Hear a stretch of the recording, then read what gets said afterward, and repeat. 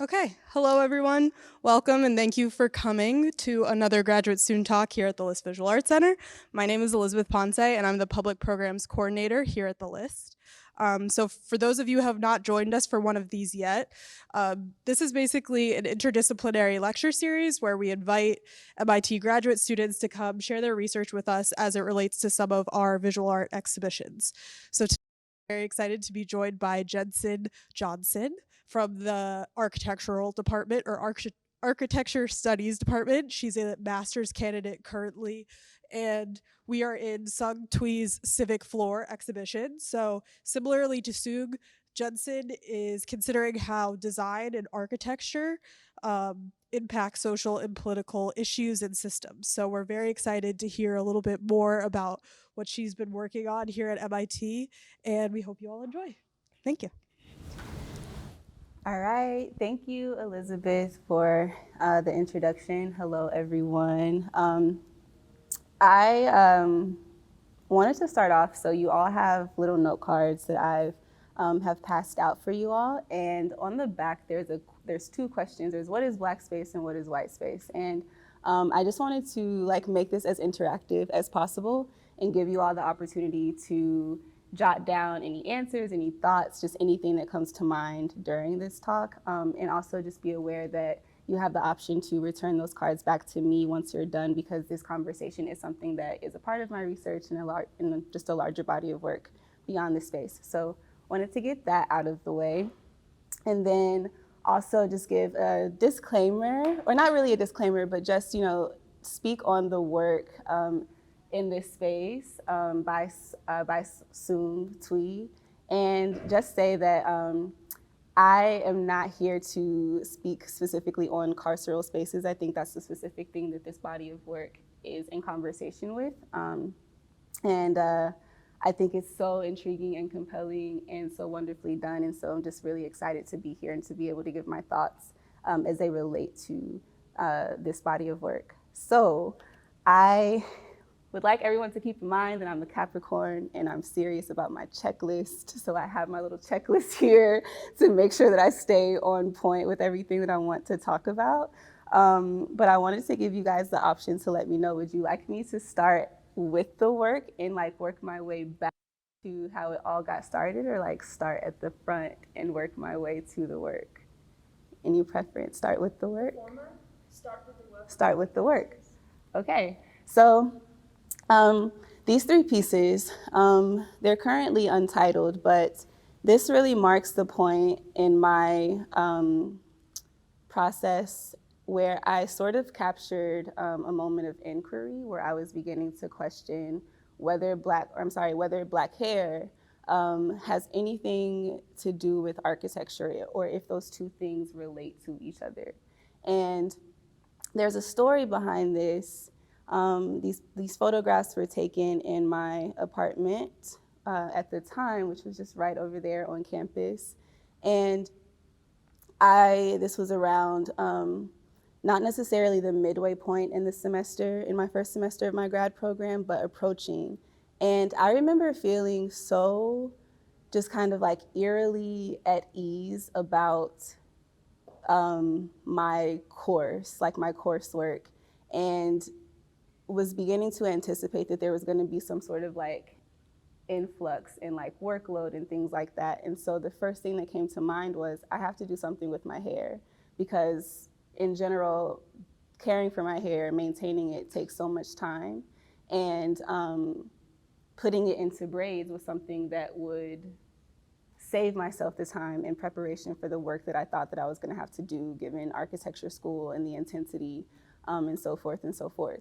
So it was one weekend at that point in the semester where I had to decide okay, am I going to do my own hair and partake in this super long process of installing braids when I could be doing schoolwork? I felt this really strong contention of whether I should spend my time doing this one thing that would help me to care for myself, or do something that was completely related to academia, because I thought that that's what I had to do. So these photos are me capturing the process of the decision that I made. And no, I'm going to do my hair because I need to do something with my hair just for the sake of maintenance and all of the other things that go into it. But in the process of it, I was, like I said, becoming curious about what the relationships with architecture could be. And so what you're looking at is the process of preparing the hair to be braided, but also trying to find the easiest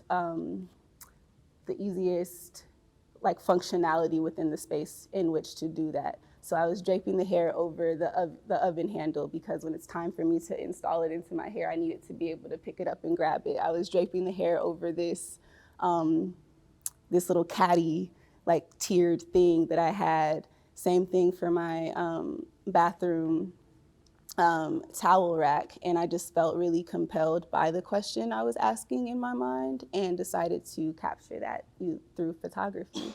So that's, for the most part, the story behind these images. And working my way back, the question at large that I have been asking since starting my graduate program here was, what is Black space? And so that sort of explains the question on the card.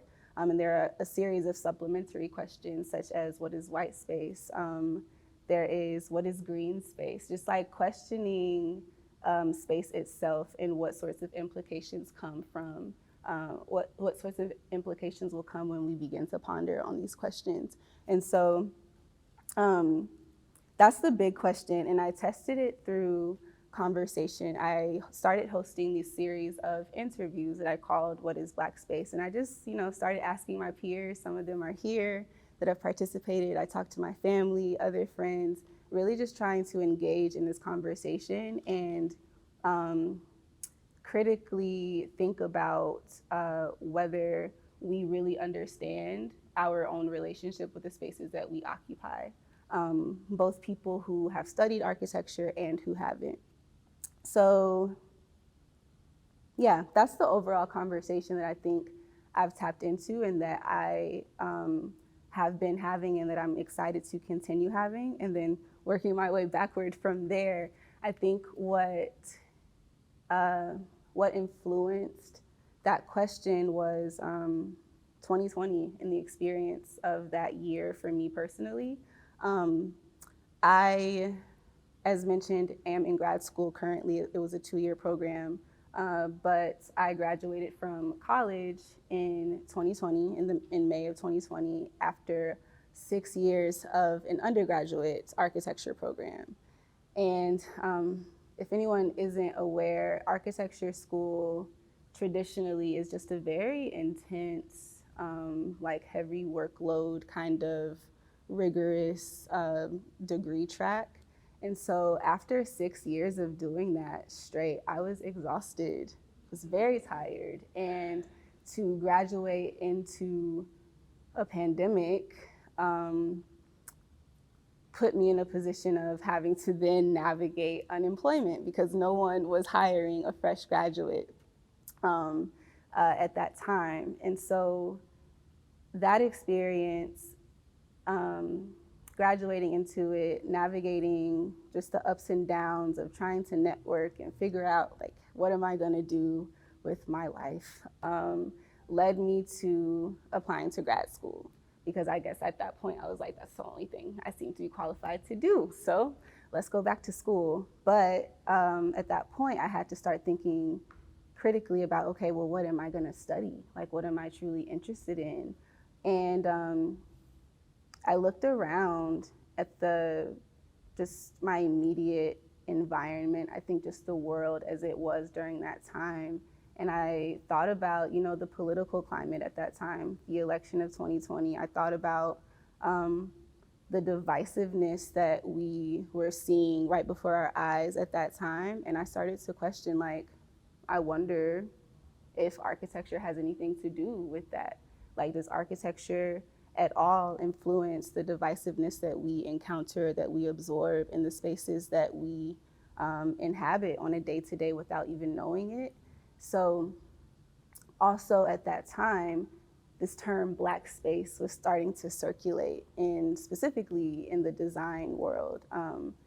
And it caught my attention. People were starting to use black space, and I think there was an insinuation that black space was about black people, but I also found that I didn't necessarily just succumb to that, and I felt more so like I felt more curious. I wanted to take a step back and say, okay, well, why are we using this term if we don't necessarily, or are we using this term because we have like this unanimous understanding of what it is, or are we just using this term sort of more fluidly? And so I think that was what was going on in my mind and why I decided to start questioning it. So,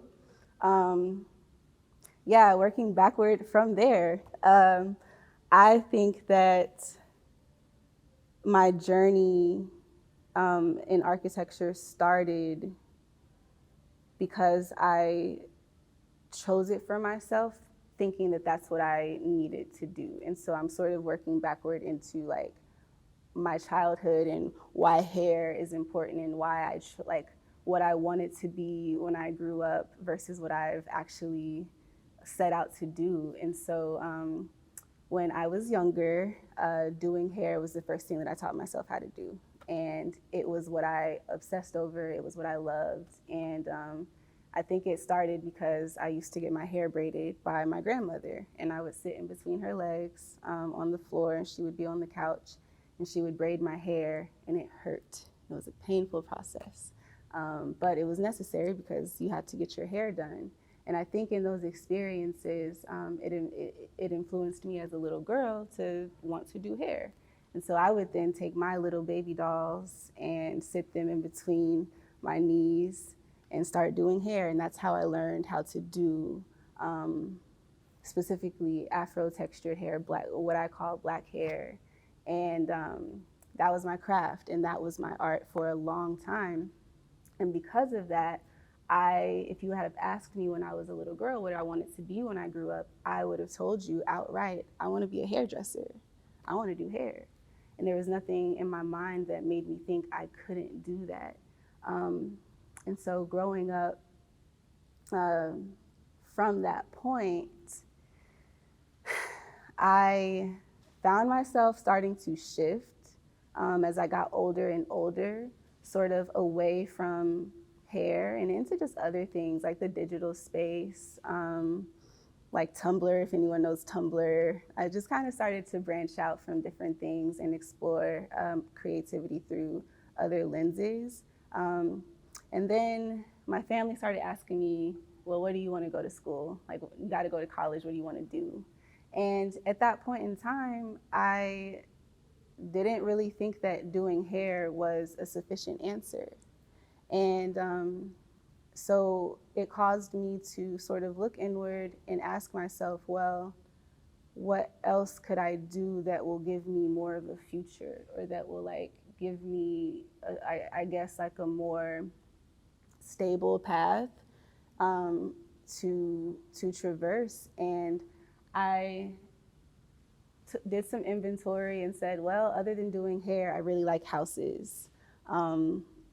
Always found them very intriguing ways to learn about people. I always found myself like using houses to sort of get a better read on the people whose homes I was in.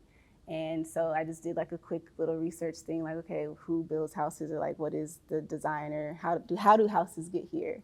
And that's when I pretty much learned what architecture was in simple terms. And then that was what I decided to do, what I decided to go to college for.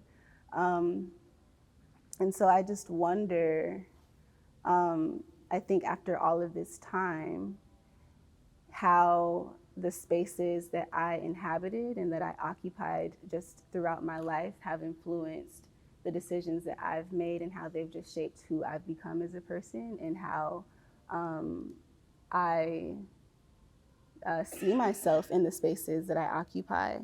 And I think to kind of reverse it back and like bring myself back to here, and how everything that has happened that led to this work. I think it was a point where I met, or I think it was a point where Black hair sort of came back and found me in a way. It felt like a very full circle moment to begin using it as an entry point into an artistic line of thinking, more so than a design, like spatial design line of thinking. But I also think that it's kind of serving as this blender that's allowing me to merge the two worlds. So I now have all of this experience from architecture school and this understanding of how space works or how constructed space works. And I have all of this knowledge and experience with working with Black hair. So I think it's helped me to position myself as an artist, and hopefully can help me move forward toward whatever is next. And I think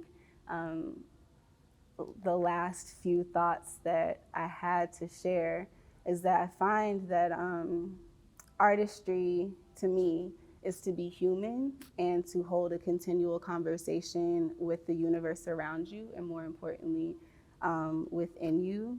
And I think I have held myself back from embracing myself as an artist because I've been in architecture school, pursuing the title of an architect, and those are two different things. And